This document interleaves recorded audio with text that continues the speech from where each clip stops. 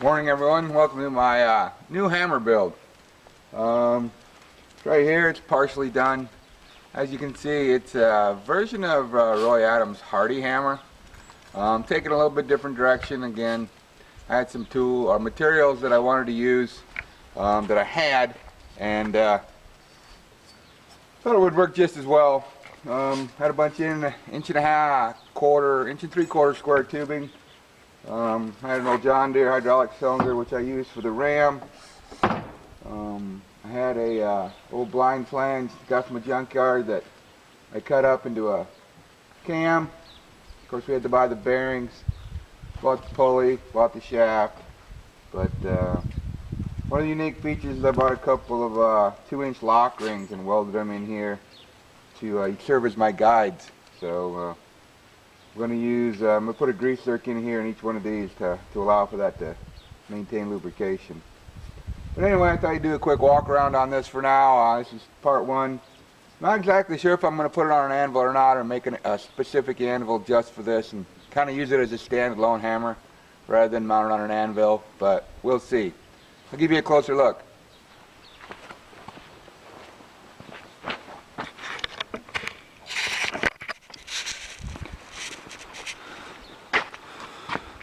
So you can see my, this used to be a flange, which I cut down into T-shaped, got to give it some more balance. Haven't welded it onto the shaft yet, but just an old blind flange out of an old junkyard. The inch and 3/4, my bad. Square tubing, welded the frame up. It's the exact same dimensions as Roy Adams' Hardy Hammer, because I went ahead and bought the plans from him.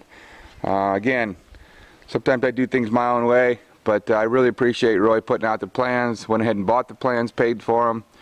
You know, you could have probably done this by just looking at Roy's pictures, but Roy's got a lot of time and money invested in this, probably, and the plans anyway, and you know, it's nice to have all the dimensions too.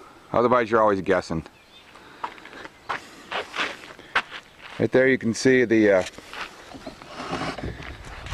set screw, the set screw used to be. That's where I'm going to put a grease zerk. Used a 4-inch C-channel for the base. Welded it all up. Hey, don't be criticizing my welds. I'm not a welder. I'm an electrician by trade, so that's about as best I can do on this light tubing. But it'll work. Nothing I've ever welded broke. So anyway, use a taper lock on the pulley. It's a 10-inch pulley. Again, I'm not sure I'll be using the drill motor that Roy uses. I may use a electric motor.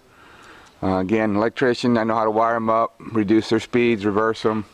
It's not a big deal. So anyway, just a first quick look at my Roy Adams Hardy Hammer buy version.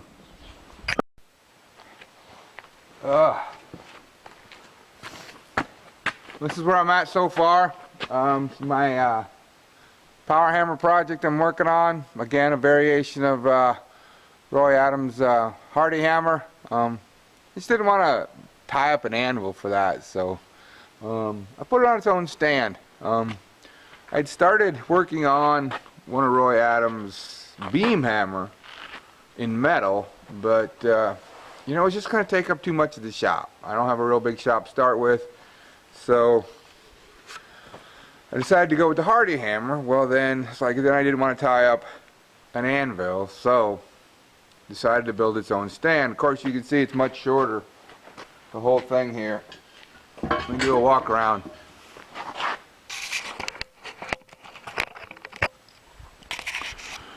You can see the whole thing's, of course, identical size-wise to the Hardy Hammer Roy's, but I've mounted it on this stand, which used to be the base for the beam hammer that I was building. Again, Roy's plans. Got me a taper lock 10-inch cast pulley here. I don't know if anybody knows, they used the taper lock before, but if you're going to want some in there forever or solid, get a taper lock. Pillow blocks, of course, eBay pillow blocks. I'm sure they'll be fine. Another pillow block there. Welded that up. I didn't have the flat steel, plate steel like Roy had, but You can kind of see it works good. I don't have the correct spring in there yet.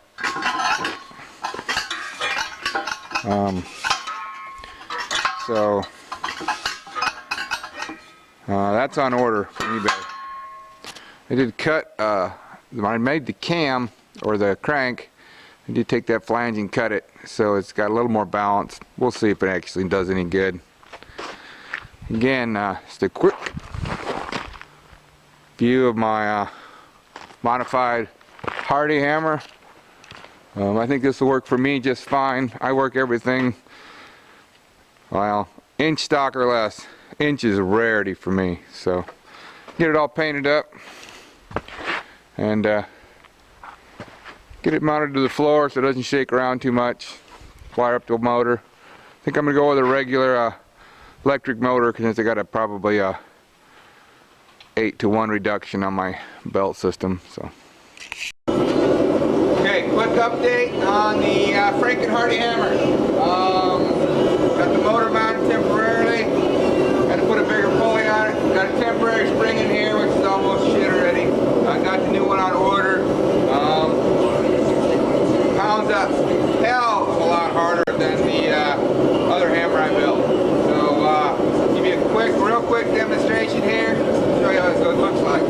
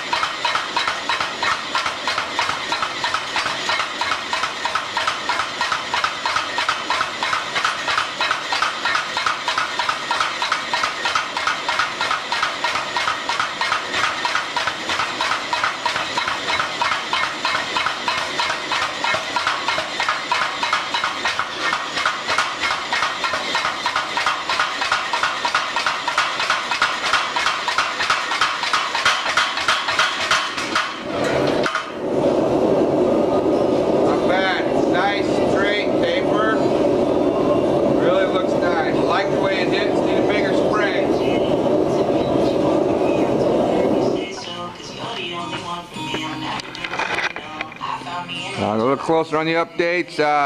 It's the spring. You can see my spring in there. It's all stretched out.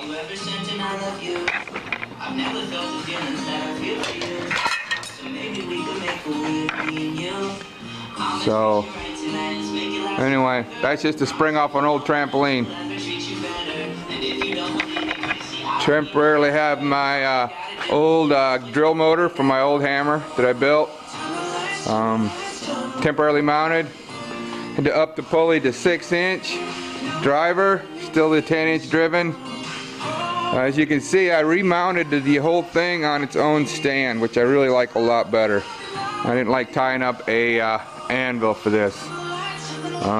Man, this is going to work so much nicer. Nicer, especially do some tapers, stuff like that for keychains. Temporarily, I got this die set up in there. You can see that a little closer. Just a 1-inch, 1-inch wide die, flat die. You can see when I was doing that taper, I was bouncing up and down. That keeps the heat in the tool a little bit, or the forge a little bit longer. It keeps it from draining so much heat out. But again, really impressed so far how this is working out. Again, big shout out to Roy Adams. It's his design, his plans. You know, I don't see him using it much in his videos or anything, but I think I'm going to be using it quite a bit. So, again, thanks a lot.